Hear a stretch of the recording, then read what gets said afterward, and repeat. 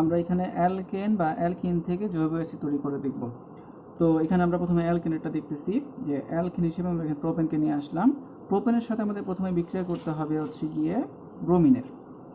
আমরা জানি সাধারণ তাপমাত্রায় অ্যালকেনগুলো কোনো হ্যালোজেনের সাথে বিক্রিয়া করতে চায় না, এটা সূর্যের আলোতে নিয়ে গেলে সূর্যের অতিবেগুনি রশ্মি বা আলট্রাভায়োলেট উপস্থিতিতে বিক্রিয়া করতে শুরু করবে। বিক্রিয়ার কৌশল হচ্ছে এইখানে থেকে একটা হাইড্রোজেনকে রিপ্লেস করবে একটা ব্রোমিন। তাহলে এইগুলোর কোনো পরিবর্তন হবে না। তাহলে আমরা প্রথমে যেগুলো অপরিবর্তনীয় সেগুলোকে লিখে ফেলি CH3 CH2। এখানে CH3 থেকে একটা হাইড্রোজেন কমে গেলে এটা হয়ে যাবে CH2, আর সেই হাইড্রোজেন জায়গা দখল করবে হচ্ছে গিয়ে ব্রোমিন নিজেই, আর অবশিষ্ট হাইড্রোজেনটা চলে যাবে হচ্ছে ব্রোমিনের কাছে। তাহলে উৎপন্ন হবে HBr। এটার নাম হচ্ছে প্রোপাইল ব্রোমাইড।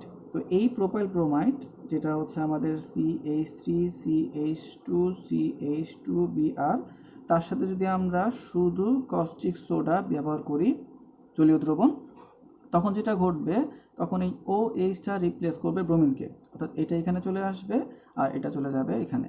তাহলে বিক্রিয়া করে কী উৎপন্ন হবে, শুধু আমরা বিয়ারের জায়গাতে OH বসিয়ে দিই, তবে CH3 CH2 CH2, আর বিয়ার থেকে বসবে হচ্ছে OH, অর্থাৎ অ্যালকোহল হয়ে গেল বা প্রোপানল তৈরি হয়ে গেল, আর সোডিয়াম ব্রোমিন মেরে তৈরি করে ফেলবে সোডিয়াম ব্রোমাইড। এই উৎপন্ন অ্যালকোহল অর্থাৎ প্রোপানল, এটাকে যখন হচ্ছে আমরা জারিত করব, অর্থাৎ জায়মান অক্সিজেন প্রয়োগ করব, এখানে জারকে ভূমিকা পালন করবে পটাশিয়াম ডাইক্রোমেট এবং গাঢ় সালফিউরিক অ্যাসিড। এদের উপস্থিতি বিক্রিয়াটা ঘটবে এইভাবে, এইখান থেকে এই H2O অপসারিত হবে বা চলে যাবে। আমরা এটাকে বিক্রিয়াতে প্রথমে আলাদা করে ফেললাম।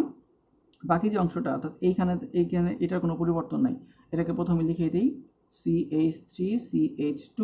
এখান থেকে H2 চলে গেলে কি থাকে, C থাকে, H থাকে আর একটা O থাকে, জায়মান অক্সিজেনটা।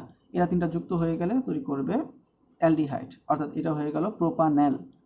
হ্যাঁ, আর উৎপন্ন প্রোপানেল যেটা CH3 CH2 CHO, এটাকে আবার একই জারক দিয়ে যদি আমরা জারিত করি তাহলে এই অক্সিজেনটা শুধু লাস্টে প্রবেশ করবে, কোনো কিছু অপসারিত হবে না, আর অ্যালডিহাইডে মূলকটা পরিবর্তিত হয়ে তৈরি হয়ে যাবে জৈব অ্যাসিডে মূলকে, অর্থাৎ COOH, আর বাকি অংশটা হুবহু সেম থাকবে।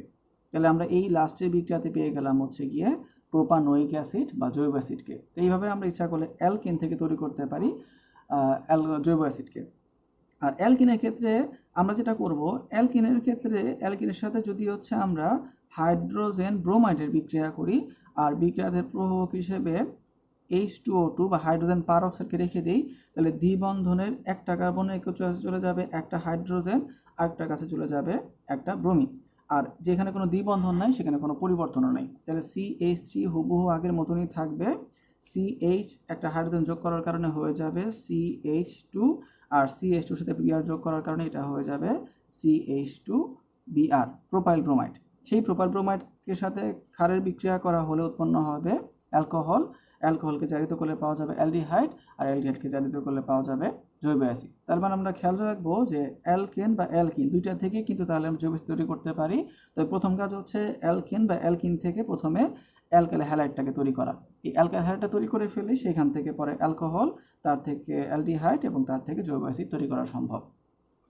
আর বিক্রিয়া যদি আমরা উল্টা দিকে করতে যাই, তো জৈব অ্যাসিড থেকে অ্যালকেন বা অ্যালকিন তৈরি করতে চাই তখন কি করব? তাহলে আমরা এখানে একই জৈব অ্যাসিডকে নিয়ে আসি, আমরা নিয়ে আসলাম হচ্ছে প্রোপানোয়িক অ্যাসিডকে। তো আমরা একটু খেয়াল করি যে অ্যালডিহাইডকে জারিত করলে পাওয়া যায় জৈব অ্যাসিড, আর জারণের বিপরীত প্রক্রিয়া হচ্ছে বিজারণ। তার মানে আমরা এটা বলতে পারি যে জৈব অ্যাসিড যদি আমরা বিজারিত করি তাহলে আমরা অ্যালডিহাইড পেতে পারি। বিজারণের ক্ষেত্রে আমাদের ইউজ করতে হবে বিজারককে, এখানে লিথিয়াম অ্যালুমিনিয়াম হাইড্রাইডকে বিজারক হিসেবে ব্যবহার করতে হয়।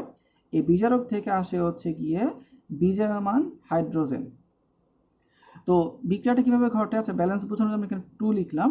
বিক্রিয়ার কৌশল হচ্ছে এরকম, এইখান থেকে চলে যাবে হচ্ছে একটা অক্সিজেন, তাহলে দুইটা হাইড্রোজেন এবং একটা অক্সিজেন মিলে তৈরি করে ফেলবে হচ্ছে গিয়ে এক অণু পানি।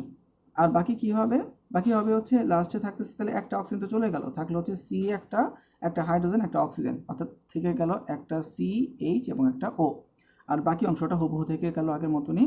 তাহলে উৎপন্ন হয়ে গেল হচ্ছে গিয়ে অ্যালডিহাইড অর্থাৎ প্রোপানেল। উৎপন্ন অ্যালডিহাইড অর্থাৎ CH3 CH2 CHO, এটাকে যদি আমরা আরও একবার জারিত করি বিজারিত করি একই বিজারকের উপস্থিতিতে, তাহলে এখান থেকে উৎপন্ন হবে হচ্ছে গিয়ে এখন অ্যালকোহল। অর্থাৎ একটা হাইড্রোজেন যাবে এই কার্বনের কাছে, একটা অক্সিজেন যাবে এই হাইড্রোজেন যাবে একটা অক্সিজেনের কাছে, উৎপন্ন হবে তাহলে CH3CH2, অর্থাৎ এতটুকুর পরিবর্তন নাই। এখানে একটা হাইড্রোজেন যুক্ত হলে এটা হয়ে যাবে CH2, আর অক্সিজেনের থেকে হাইড্রোজেন যুক্ত হলে হয়ে যাবে OH, তার মানে হয়ে গেল অ্যালকোহল বা প্রোপানল। তো উৎপন্ন প্রোপানল অর্থাৎ CH3CH2CH2OH এর সাথে সালফিউরিক অ্যাসিডে বিক্রিয়া করি, অর্থাৎ H2SO4 মিশাই, এখান থেকে পানি অপসারিত হয়।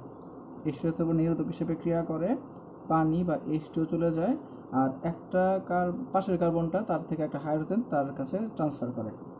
তাহলে উৎপন্ন হবে কীরকম, এটা কোনো পরিবর্তন নাই, এটা যেমন ছিল তেমনই লিখে দিলাম CH3।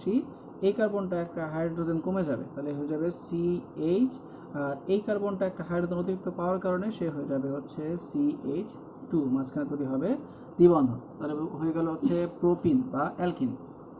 আর উৎপন্ন অ্যালকিন তার সাথে যদি এখন আমরা হাইড্রোজেন সংযোজন বিক্রিয়া করি, অর্থাৎ এই বিক্রিয়াতে নিকেলকে প্রভাবশীল রেখে দিই, তাহলে দ্বিবন্ধন ভেঙে যাবে, একটা বন্ধন থাকবে, একটা বন্ধন ভেঙে যাবে, এবং সেই ভাঙ্গা বন্ধনকে পূর্ণ করার জন্য একটা হাইড্রোজেন যাবে এখানে, একটা হাইড্রোজেন চলে আসবে এখানে, এটা CH থেকে হয়ে যাবে CH2, আর এটা CH2 থেকে হয়ে যাবে CH3, মাঝখানে তৈরি হবে একক বন্ধন, আর যেখানে দ্বিবন্ধন নাই সেখানে কোনো পরিবর্তনও হবে না।